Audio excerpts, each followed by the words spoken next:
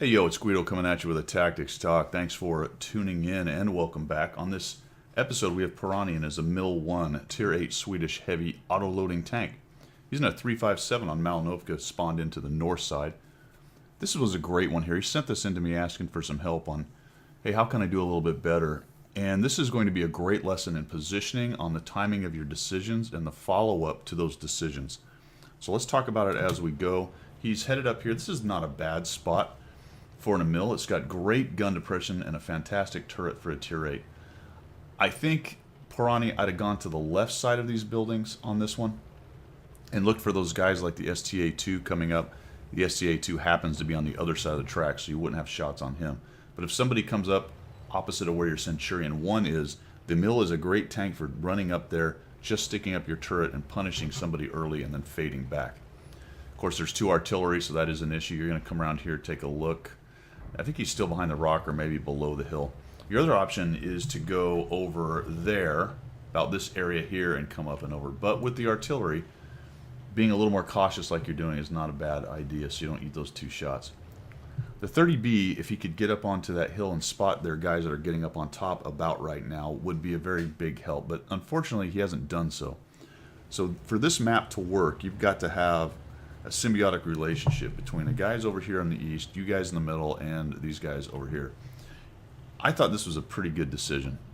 30B runs off. I think you saw that you had a problem over on the east side, and you're going to head over there and help.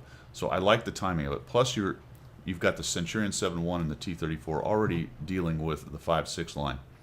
So I thought overall this is a good idea. I talked about the initial positioning and said maybe over to the right a little bit. If you were going to go where you were, maybe over to the left more where the Centurion was. I think really, had I spawned into this battle with this Emil, I'd have already been over on the left side on the hill, because it's just really good for fighting over there. And now you got a bit of an issue. You've got a bat chat coming in, getting behind you. IS-3's falling back, and you're going to stop right here kind of in the open. You're looking for shots. Not bad. You do have to deal with this guy. There's a miss, just bad gunnery on that part. There's a hit. Ooh, you take a hit. Someone up on top sees you. I'm not really surprised. Fix those tracks and charge in. Okay, so you've got 1 shell left, and there's an ISM right there. So 2 choices here are shoot 3, actually. Shoot that ISM with that shell on the run and just keep moving for cover, so you can cover yourself up from the guys that are up on the hill. Run for cover and hit C to start your reload, or stop and take an aimed shot on the ISM. For my money, it's a running shot while moving into cover, and that will help me force a reload.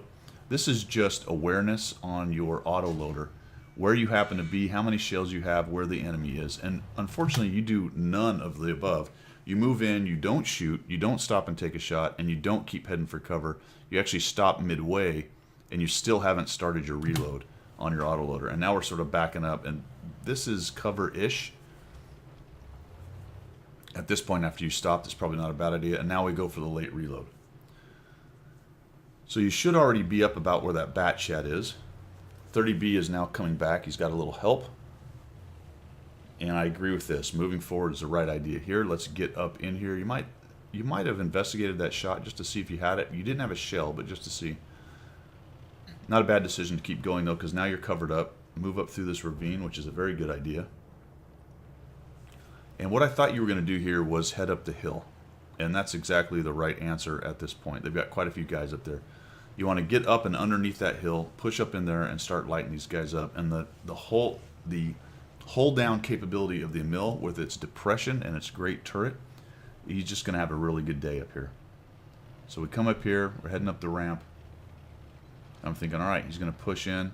Maybe take a look, see if you're lit.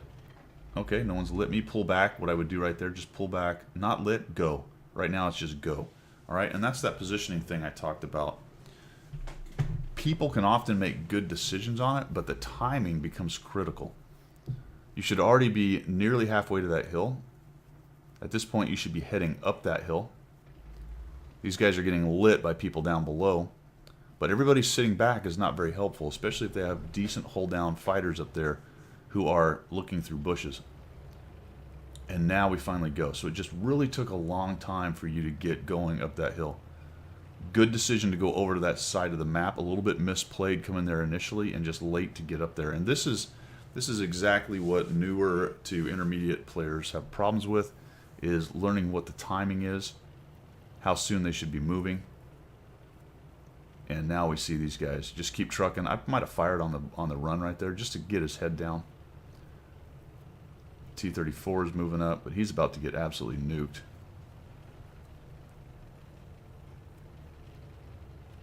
Hits a couple times.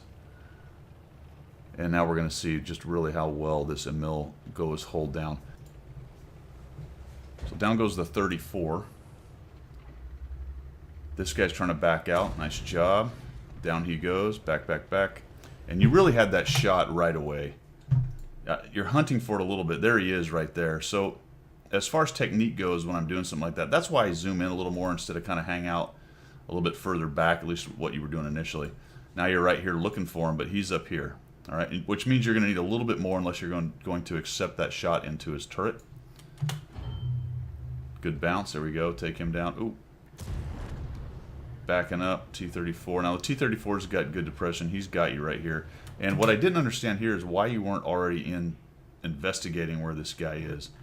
And if you thought he was going to have a shot, because you've got some help back here, and although it looks like it's not, it's really just this guy at this point. The 30B is coming up. Maybe if you'd have just backed off right here, you'd have had a little bit better time with this guy. But as it is, we're going to beat that shot. We bounce. Come in here and we get another shot on him. And the 30B is going to take him down. So that's a good deal. We got the two T-34s. Everybody's cleared off. And this becomes just a bit of SA at this point. Look at it. You've got two TDs, a heavy, which you know where the defender is. You know where one of the TDs is. And then you've got two artillery. And I would be worried about the artillery hitting you right here. What ends up happening is you're going to back up. You were just lit. And then you're going to stop right here. And I think you were pretty close to the point where you were still lit. I might have continued to move just a little bit. There was really no reason to stop. Maybe go back in a little lateral movement. Maybe to go over here towards that way. And now you're doing it a little bit more. But I think you really took a chance of maybe getting a blind shot. And you may have actually been lit when you stopped. And that's about the worst scenario right there. For the rest of the SA then, you see the defender goes down. You know one of the TDs is over there. Based on where guys were dying, I am about 99% sure at this point the other TD's over there with him. Plus you've got these bushes to move up into, and it takes you a while to kind of get up and over. Looks like you're using some cover here, and that's fine. Down goes that artillery. I'd have made a beeline straight for those bushes. Got into him and started looking for that other TD. Maybe he is hanging out down here, and you might get to see him. I think he's over here. Also, you're looking for maybe finding their artillery down here, but you're just very hesitant to move up. So again, good idea on your positioning decision, but just really slow to execute it. And then on this one, now you can see the ISUs down there. So you got a couple choices here. I might have stayed up here for a while and seen if that 30B could light the artillery. Maybe he's actually sitting here. Doesn't turn out that he is. He's way over on the other side. Or just make a beeline off this and try to get over there. Eventually you do that, and we'll just speed this up. Zinging along here. We're going to come up. 30B's looking for that artillery. Does not find it. Clearly he's over in that corner. We're going to try to get up, and down he goes. So it's just another example of, had you been a little more aggressive just pushing up into those bushes, nobody there, coming off faster, you might have actually been up on this hill about the time that guy lit, and you may have had one more shot. It's a small thing, but these are all those little things that add up together that add that extra 300, 600, 900 damage and changes what was a 1,300 to maybe a 2,000 damage. And that's what the top-end players do. They're always, always, always pressing and looking for that next shot. That doesn't mean they YOLO. It doesn't mean they're trying to make bad decisions about jumping out in front of everything. But taken into the whole context of this game, as you look at it, I think at this point you could probably see there were quite a few opportunities for you to move a little sooner. But the good news is the thought process is generally correct. You're going to the right places. You're thinking about it. You're looking at the mini-map. You're assessing. It's just the decision-making timing is a little bit late. And that's pretty standard for those medium to or middle skill, whatever the heck I'm trying to say. Middle skill players down to the newer or bad players. All right, man. Nice job. Everybody else, I hope you liked what you saw. I hope you learned something. This was a great instructional video for these kind of things as far as positioning goes. And as always, we will see you.